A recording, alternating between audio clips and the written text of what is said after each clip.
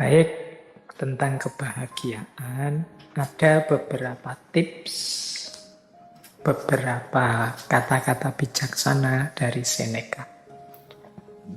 Yang pertama, kata Seneca begini, orang itu menjadi sengsara karena ia berpikir dirinya begitu. Begitupun dengan bahagia.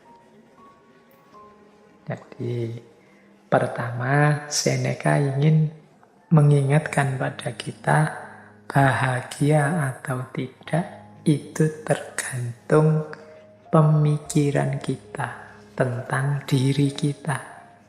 Kunci pertama itu sama sekali tidak ada hubungannya dengan hal-hal di luar diri kita.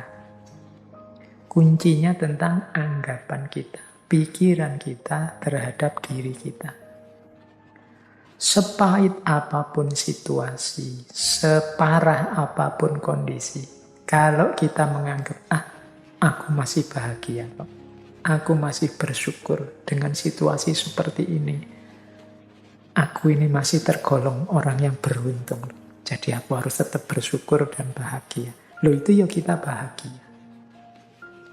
Meskipun situasinya sebenarnya tidak terlalu sedih, tidak terlalu mengenaskan, meskipun hanya kesulitan kecil saja dalam hidup, tapi kalau kita merasa, wah, hidupku ini malang sekali, hidupku ini menyedihkan sekali, salahku apa kok Allah mengujiku seperti ini, ya jadilah kita orang yang tidak bahagia. Meskipun mungkin sebenarnya ujiannya hanya kecil saja. Sebaliknya, orang yang ujiannya sangat berat, tapi menganggap, aku masih bahagia. Masih banyak orang yang lebih malang dari aku, lebih sedih nasibnya dari aku. Aku masih tetap harus bersyukur pada Allah. Oh, itu pun dia masih orang yang bahagia. Jadi bahagia atau tidak itu tergantung anggapan kita, pikiran kita tentang diri kita. Tidak tergantung pada hal-hal di luar diri kita. Apapun situasinya. Jadi bagi teman-teman yang ingin bahagia, ayo dimulai sekarang. Tidak usah nunggu nanti, tidak usah pakai disarati macam-macam. Saya akan bahagia Pak kalau lulus, saya akan bahagia Pak. Loh, bahagia sekarang tidak nunggu lulus juga bisa kok. Alhamdulillah, skripsiku sudah memasuki tahap akhir. Meskipun prosesnya lama, masih banyak teman-teman yang tidak selesai-selesai, bahkan proposal saja belum. Yang belum proposal, alhamdulillah aku sudah mulai nggarap proposal sebentar lagi. Banyak teman-teman yang sampai kena DO, tidak sempat nggarap skripsi. Yang DO mungkin ya, alhamdulillah, aku masih sempat merasakan seperti apa kuliah. Banyak loh saudara-saudara teman-teman kita yang sampai tuanya tidak tahu rasanya kuliah itu apa, sibuk dengan kesulitan hidupnya. Ada sangat banyak alasan untuk kita bahagia, sebagaimana juga ada sangat banyak alasan kalau kita tidak mau bahagia.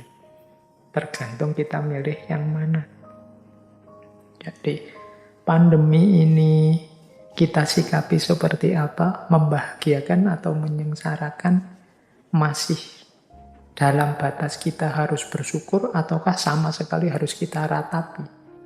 Itu semuanya tergantung kita. Jadi tidak ada hubungannya dengan yang di luar diri kita. Maka yuk mari kita tata cara berpikir kita. Biar kita hidup secara bahagia. Kemudian ada rumus yang kedua, kata Seneca begini, kehidupan yang bahagia adalah yang sesuai dengan sifat alaminya.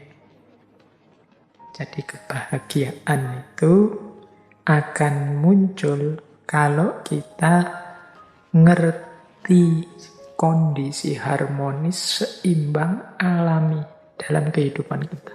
Ini nyambung dengan yang tadi ya, yang bagian kesederhanaan tadi, bahwa kita jangan berlebihan. Hiduplah di standar yang alami saja. sesuai sifat-sifatnya. Kalau bahasa tadi, sesuai divine reason-nya, sesuai sunnatullahnya. Ya kita kuatnya makan berapa, kuatnya tidur berapa persen kita harus tidur, berapa persen harus makan, berapa persen harus istirahat. Berarti untuk belajar berapa, untuk ibadah berapa. Standar saja, yang alami-alami saja. Makan yang menguntungkan untuk tubuh. Caranya seperti apa, bahannya apa saja. Gimana caranya agar tidak kekurangan atau berlebihan. Itu standar-standar alami. Kalau kita bisa hidup dengan standar yang alami tadi, ya mudahnya tidak kekurangan, tidak berlebihan, insya Allah kita akan bahagia. Yang ketiga, kata Seneca begini, berbahagialah mereka yang dapat bertahan di saat menerima keberuntungan dan ketidakberuntungan. Jadi mental ketiga yang melahirkan kebahagiaan adalah penerimaan. Di antara sumber ketidakbahagiaan kita adalah kita tidak terima dengan situasi yang padahal sudah nyata kita hadapi. Kita tidak mau ngaku, kita tidak mau menerima bahwa oh iya sekarang memang situasinya seperti ini. Oh iya sekarang memang kondisinya begini. Mari kita terima dulu kenyataan hidup, kalau orang Jawa menyebut kasunyatan. Mari kita terima dulu apapun situasi yang memang sudah jelas kita hadapi. Ini akan membuat kita bahagia. Bahwa untuk selanjutnya, wah saya harus mengubahnya jadi lebih baik. Saya harus memperjuangkannya agar lebih berkualitas, monggo. Tapi pertama-tama, mari kita terima dulu. Apapun situasinya. Jadi, kalau bahasa psikologisnya, jangan denial. Jangan menyangkal. Kalau memang faktanya sudah terjadi, bukti nyatanya sudah kelihatan, yuk kita terima. Biar tidak gelisah jiwa kita, tidak bingung. Jadi, apakah itu jenisnya keberuntungan atau ketidakberuntungan? Ini lebih kondusif untuk kebahagiaan hidup kita. Dibandingkan kalau kita menolak terus, kita curiga terus, kita membantah terus, tidak terima terus. Itu secara psikologis tidak kondusif. Membuat kita tidak bahagia. Akan lebih baik kalau kita terima. Pak, kalau kita dibohongi, akhirnya gimana Pak? Ya enggak apa-apa, kita akui saja bahwa kita memang dibohongi. Besok semoga saya tidak dibohongi lagi, berarti saya harus belajar. Itu lebih membahagiakan. Daripada sejak awal kita curiga, terus curiga itu pasti tidak bahagia. Suudzon itu pasti tidak membahagiakan. Kemudian hasilnya memang dibohongi, terus marah-marah. Ini juga tidak membahagiakan. Diakui saja fakta, berarti aku ini kurang pinter, aku ini kurang jeli, aku ini ternyata yang aku anggap aku ini pinter, ternyata aku masih bisa dibohongi, berarti aku ini memang manusia yang lemah. Sejak saat ini aku akan belajar biar tidak dibohongi. Itu mungkin lebih kondusif untuk hidup kita dibandingkan kita menyangkal terus, denial terus terhadap fakta yang memang sudah nyata kita hadapi. Lebih menenteramkan. Ini untuk level individu ya, level psikologi kita masing-masing. Mungkin kalau nanti urusannya beda, mungkin level sosial atau politik atau ekonomi logikanya mungkin berbeda, tapi untuk kenyamanan kebahagiaan hidup kita, penting bagi kita untuk mengakui dan menerima situasi yang kita hadapi, baik bentuknya keberuntungan maupun ketidakberuntungan. Nah, yang keempat, ini ada rumus dari Seneca begini. Keberuntungan itu adalah apa yang terjadi saat persiapan bertemu kesempatan. Ini rumusnya unik ya, kita dulu sering mendengarkan kalimat kejahatan itu terjadi kalau ada niat dan ada kesempatan. Ini kata Seneca bukan tentang kejahatan, tapi tentang keberuntungan hidup. Keberuntungan hidup itu akan terjadi kalau persiapan bertemu kesempatan. Jadi kalau kita ingin hidupnya beruntung dan bahagia, berarti apa? Ayo kita mempersiapkan diri. Sehingga ketika kesempatan datang, kita bisa memanfaatkannya untuk kepentingan kita. Itulah namanya beruntung. Untuk hal apa saja yang kita inginkan jadi target-target kita. Kalau tadi di depan aja tujuan hidup kita, mari kita siap-siap. Jangan sampai kesempatannya datang, kita belum siap. Atau sebaliknya juga, persiapan kita sudah matang, kesempatannya tidak datang. Hanya saja, kalau kesempatan kan kita tidak menguasai sendiri. Kesempatan itu kadang datang dari luar diri kita. Tapi kalau persiapan, itu kita sepenuhnya yang melakukan. Jadi mari siap-siap. Sampean ingin apa?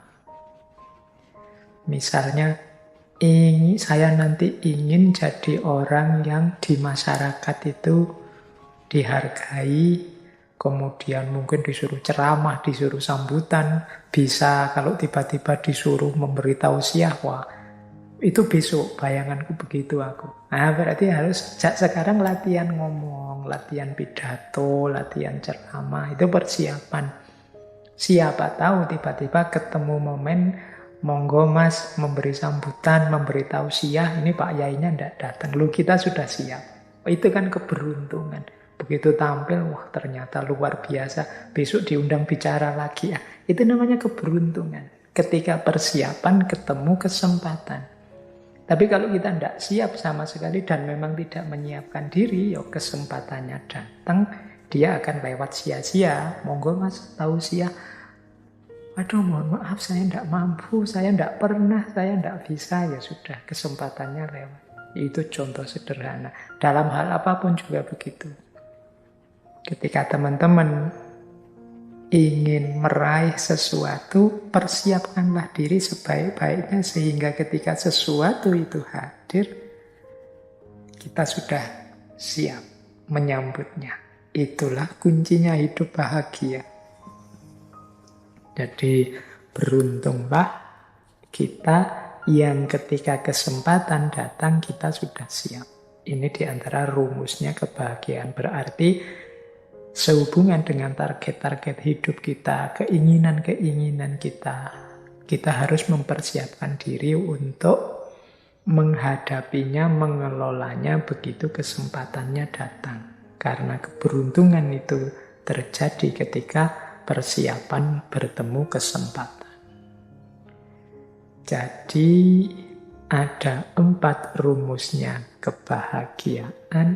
Kalau versinya Seneca, yang pertama pikiran kita tentang diri kita jadi kunci bagi kebahagiaan kita. Yang kedua, hidup yang alamiah. Tidak berlebihan, tidak kekurangan, sesuai sunnatullahnya akan lebih membahagiakan. Yang ketiga, kekuatan kita untuk menerima, kemampuan kita untuk menerima apapun situasi, baik beruntung atau tidak beruntung, adalah sumber kebahagiaan. Dan yang keempat, kesiapan kita untuk mengelola, menghadapi kesempatan apapun yang datang. Jadi itu antara lain kuncinya kebahagiaan menurut Seneca.